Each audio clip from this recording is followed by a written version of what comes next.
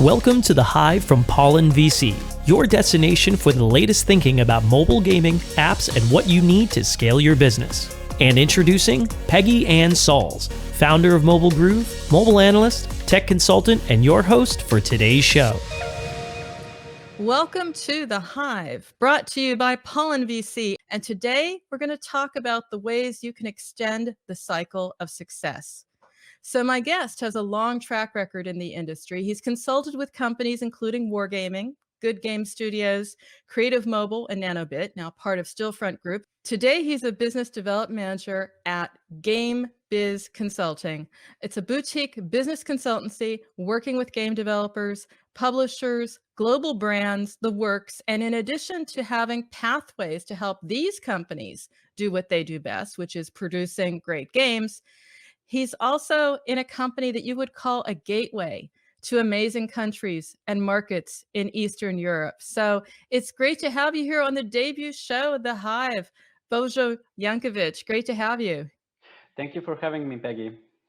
I love the idea that you do not just look at it from consulting, but you're also in the business. Before we get to what you do for your clients exactly, where are you based? So we're based in Belgrade, Serbia, Southeast Europe. So I called you the gateway. What is that the entry point for exactly? Is it a hot, interesting, active market up there? As I'm seeing in many, many different regions, there's just so much going on. It makes you almost envious. Yeah, so I would definitely say that it's a really interesting market. Many of the companies have started, a couple of years ago, and now they've grown to a point where they're interesting internationally, and Serbian games industry is definitely on the rise, and we see the growth every single year in the reports as well. So definitely something interesting for anyone outside of this region who would like to gain insights about the rising companies in this part of Europe. What do you do with your clients exactly? We say, in your boilerplate, it's helping them make great games, but what does that mean in practice? Yeah, so definitely we should clarify that a bit. So our clients are game makers and we're not. So for some, that means that they need to find a publisher or somebody to fund their project, their UA. For some, it means that they need strategic guidance on how to keep growing their business after a certain point and how to bring the business to the next level. And for some, it just means that they need help with maximizing their the value add monetization can bring to them. And this the point is we take care of all they need to focus on creating the best possible gaming experiences for their players. So we talk about growth, and that's always the topic, but it's always interesting to hear a new perspective on it. So, a key growth opportunity. What would you say is one, and what would you say is a way to maximize the opportunity? In order for ads to work, they have to be visible to the players. It won't help if you bear, your ad placement somewhere inside the game where not many users can find it. And this is actually something that we see quite a lot. So you're also advising on the best place for the best ad? Is that what I'm hearing here? Yes, so basically we would advise our clients on anything ad monetization related, and this can be everything from how they place ads inside their game towards working with different mediation solutions, different ad networks, managing relationship with them, negotiation, really system design of the placements. In order to change the way someone is doing something or change the placements or even have a different mindset around the formats, they have to understand what it's worth. What kind of uplifts, results are we talking about here?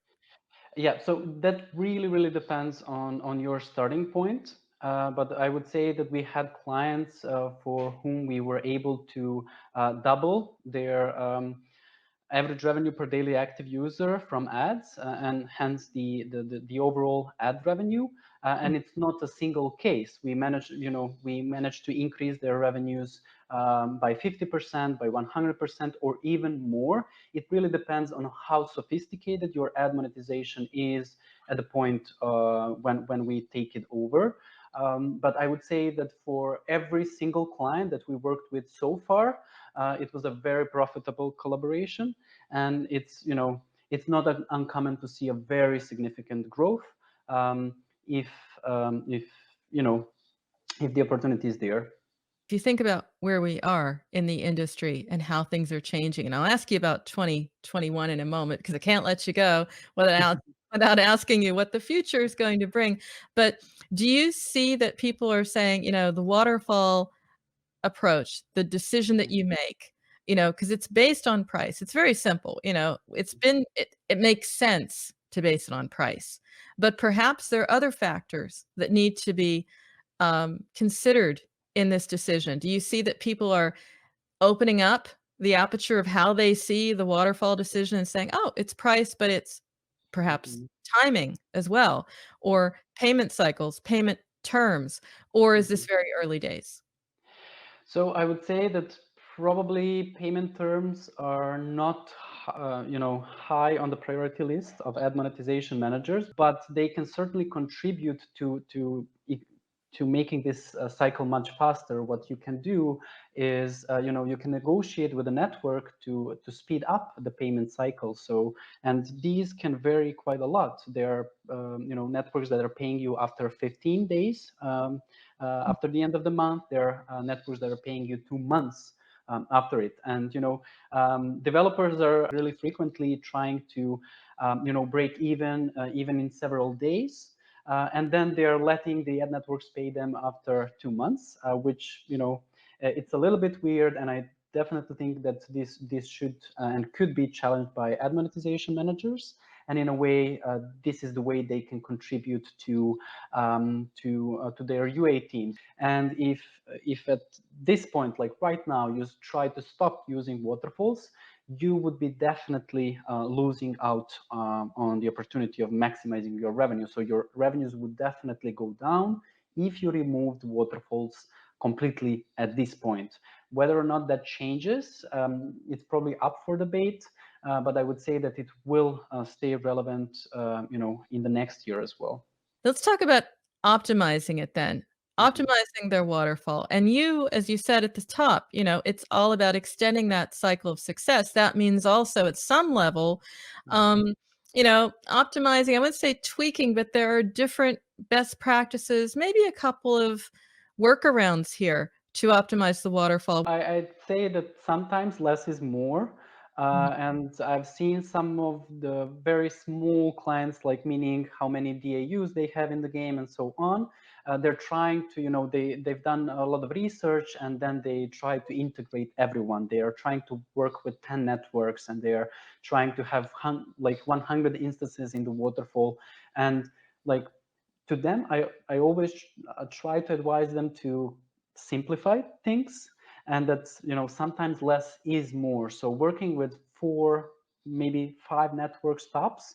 If you're a developer with a smaller game, with a smaller scale, will be like enough to maximize the opportunity. Also, some developers are making an assumption that they should maximize the ECPM, effective cost per mile, but that's not necessarily true.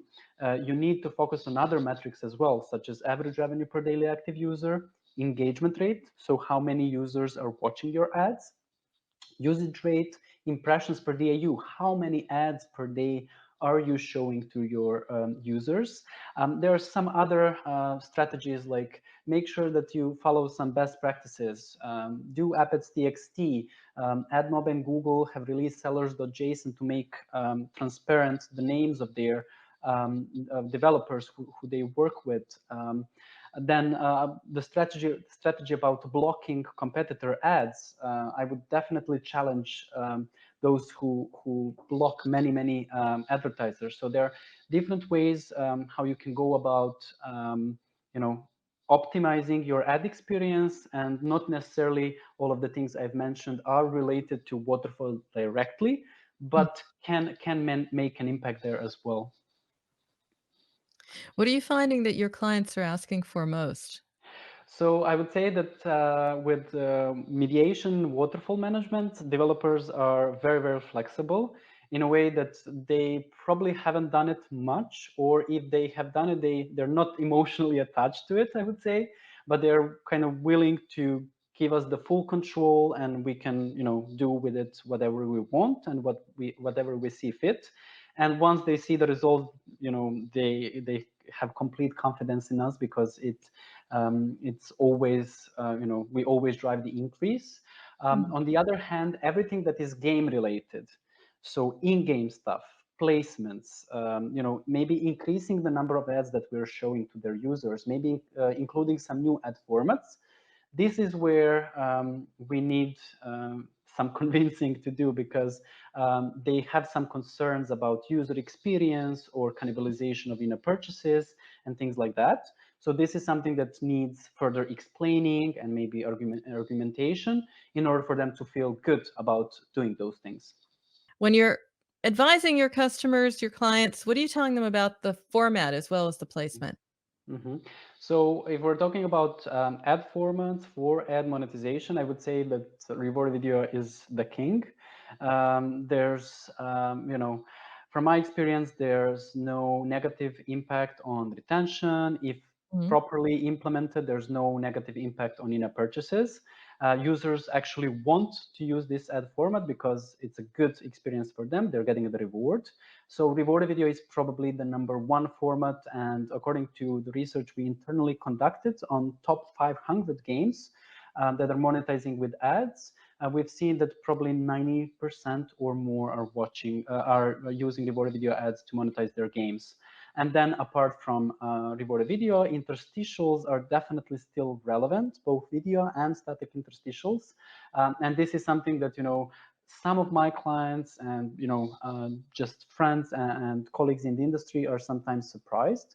But interstitials are definitely still working for a vast majority of my clients. And then for banners from these traditional formats, I would say they can work. They're probably the lowest paying format, but they can still work if you have, good amount of traffic. Offer walls are definitely relevant for games that have really complex game economics, although on Android only. And there are some, I would say, not mainstream ad formats such as native ads or rewarded surveys, and probably now people are talking about audio ads. So these probably could work for some as well.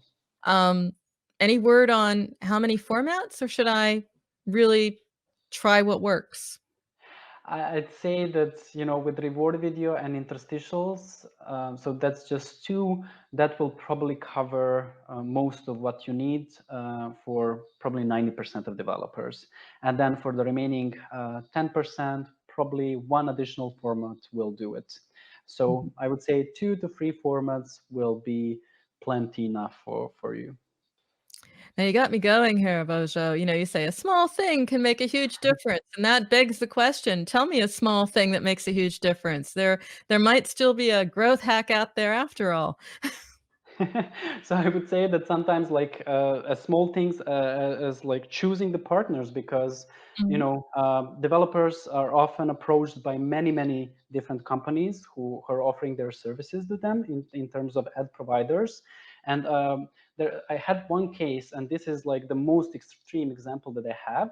So they were using one mediation solution for their ad monetization, and at one point they had some technical issues, and they asked us for advice. We immediately switched them to another mediation solution and a couple of networks there. And I think that their average revenue per daily active users has increased 10 times after Wow. this switch. 10 times. So like choosing the partners can be a pretty big deal.